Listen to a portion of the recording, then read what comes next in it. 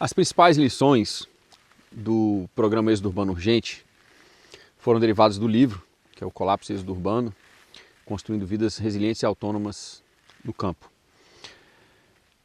São que a gente não deve comprar uma propriedade sem antes estudar o desenho ecológico. A gente precisa da alfabetização ecológica, porque nós precisamos, na medida em que a gente ocupa um território, para criar permanência nele, a gente está ali para ficar ali e preparar as próximas gerações, nós precisamos da alfabetização ecológica para garantir que os negócios que a gente monta ali, as atividades que a gente executa, vão melhorar a saúde do território. Nós precisamos ter uma alfabetização energética e econômica. É um desafio muito grande que nós precisamos almejar ganhar muito bem, mas viver de maneira muito frugal, muito simples. E isso em função de um cenário que vem se concretizando, que é um cenário onde as pessoas comuns têm cada vez menos energia disponível para os seus projetos.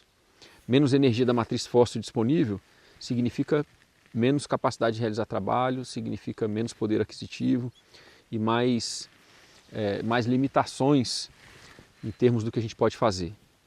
É pouco provável que as propriedades rurais caiam de preço, porque enquanto a maioria das pessoas está perdendo poder aquisitivo, um número pequeno de pessoas tem aumentado o seu poder aquisitivo. Enquanto a maioria das pessoas tenta resguardar um pouco a sua vida por meio de poupanças, usando um sistema bancário que é injusto, as pessoas que têm muito dinheiro fazem as suas reservas de valor em propriedades, em joias, em ouro, em artes muito caras. Então é pouco provável que a gente que vai ficar fácil o acesso às propriedades por meio da compra exclusivamente com o capital financeiro. Quando a gente junta essas lições, a gente pinta um quadro onde a gente precisa aprender a cooperar, a gente precisa fazer esse caminho para o campo com o máximo de companhias saudáveis e alinhadas possível, porque nós também não estamos aumentando o número de pessoas que busca ocupações, trabalhos, enfim, empregos de carteira assinada ou de diária no campo. Uma das dificuldades no campo são as parcerias de trabalho. Então a gente tem que pensar maneiras de ir junto. As pessoas mais velhas que têm condição precisam levar as mais novas juntos e financiar isso, fazer uma espécie de reforma agrária particular. As pessoas mais novas precisam se capacitar em outros capitais, capital experiencial, capital cultural, capital intelectual, enfim, tem que ser pessoas que tenham um generalismo competente e que saibam se posicionar, porque se de um lado tem a falta de parcerias de trabalho, isso implica então que as pessoas jovens e que têm condição de se preparar para atuar no campo com carpintaria, com elétrica, com plantio, com beneficiamento, com hospedaria, com logística, com arte, com educação, educação domiciliar, educação infantil. Isso vai ser muito importante. Então, os jovens podem oferecer isso e entre esses dois grupos a gente precisa de bons contratos para equilibrar tudo. A gente tem a outra opção também, que são de famílias relativamente jovens que buscam fazer junto essa transição.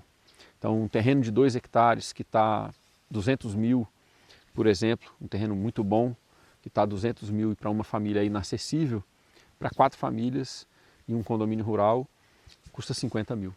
E aí você tem, fazendo aqui uma conta que talvez o capital inicial fosse em torno de 150, 200 mil, você teria 50 mil de aporte para a terra e de 100 a 150 mil para fazer uma casa, e, enfim, começar alguns sistemas, enfim, começar a se fixar ali.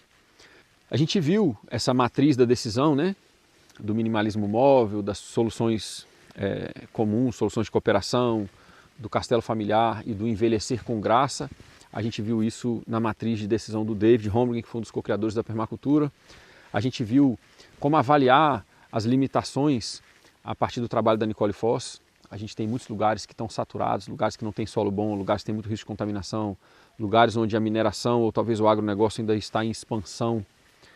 E aí, literalmente, o que é uma brincadeira das pessoas passa a ser uma coisa literal, que é o tal do fuga para as colinas. Vimos que para a maioria das pessoas que querem se proteger com relação ao avanço do modelo industrial, algumas regiões que são mais declivosas são mais interessantes. E por fim, a gente viu que estudar o planejamento de propriedades rurais, o desenho ecológico, deve ser feito antes da compra da propriedade, porque a propriedade tem que ser pensada para que as aptidões da propriedade consigam maximizar os sonhos, aspirações e necessidades da família que vai se instalar ali. As pessoas que estudam sistemas de produção antes de ir para o campo, dentro da agroecologia, dos sistemas agroflorestais, mas não estudam o planejamento, tendem a errar, porque elas tendem a ver a propriedade como se fosse todo um sistema de produção e não é.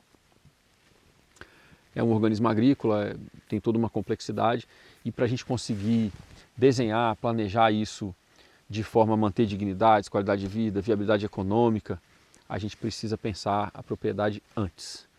Esse estudo, ele traz uma possibilidade maior de que a pessoa não invista a maior parte do seu capital numa propriedade errada. E isso acontece com frequência. Propriedades muito estreitas, que você não consegue fazer um quebra-vento para se defender de deriva de agrotóxico. Propriedades que até tem nascente, mas está abaixo de pessoas que usam agrotóxicos e venenos, então provavelmente a água está contaminada. Propriedades como essa daqui, que é virada para o sul. É curioso que aqui todo esse vale que está atrás de mim aqui, ele tem aspecto sul. E aqui tem muito pouca gente, né? O êxodo rural aqui foi muito intenso. E do outro lado desse vale, que tem o aspecto norte, a gente vê uma quantidade muito maior de propriedades de pequeno porte funcionando. Então aqui a gente tem um exemplo, né, muito característico de como só o lado do morro torna um negócio mais fácil ou mais difícil. E em função disso torna a nossa vida mais fácil ou mais difícil. Então, estudar antes, pode estudar os sistemas de produção, pode estudar agroecologia, e devemos inclusive fazer isso. Mas só que dentro do planejamento rural, a camada dos sistemas de produção é apenas uma.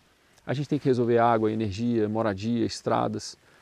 E a melhor maneira que eu vejo de a gente trabalhar isso é com a escala de permanência da linha-chave, que eu apresentei e estruturei inclusive no livro, como uma maneira sistêmica de fazer os principais alertas sobre as propriedades. Então esse foi o nosso resumão, a gente caminhou junto por algumas semanas. Na maioria das semanas a gente teve um encontro depois do vídeo, a gente conseguiu tirar dúvidas, enfim, trocar figurinhas. E depois desse encontro aqui a gente tem uma reunião onde as pessoas que vêm acompanhando e participando pediram que a gente tivesse um tempo um pouquinho maior para que elas pudessem se conectar, enfim, contar como é que está sendo a jornada delas e fazer uma coisa um pouquinho mais horizontal, né? Uma troca um pouco mais horizontal entre as pessoas que vêm acompanhando esse programa. A gente tinha aqui 2 objetivos e eles vão permanecer depois.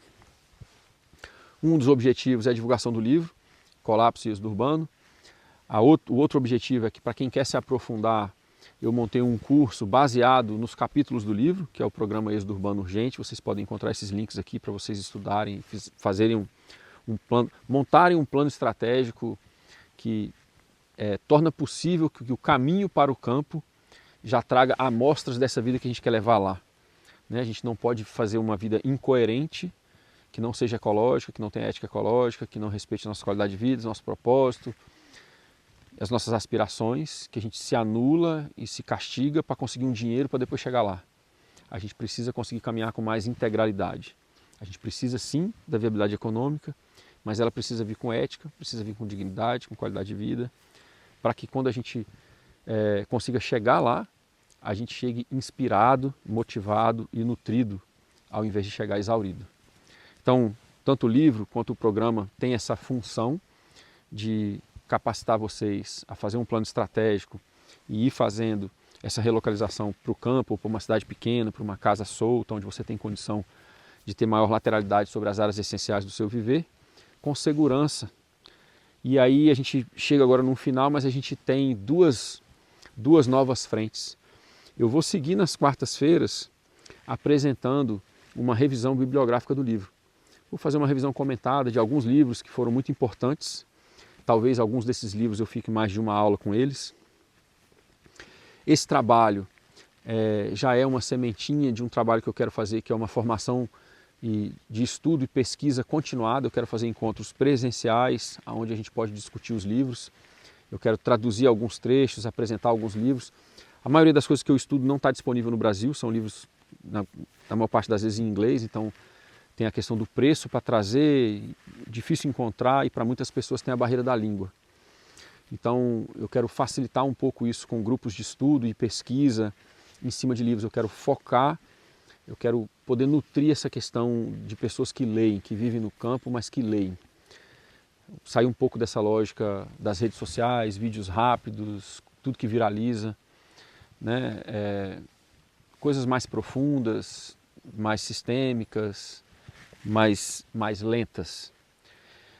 Uma outra frente é que eu já comecei, e tem aqui 2 trabalhos no canal, um com o Walter Stenbock, que fez o prefácio do livro, e ele acabou fazendo também uma espécie de prefácio nos podcasts, né? Eu fiz uma cooperação com o Chico Abelha, que foi muito bacana, muito querido.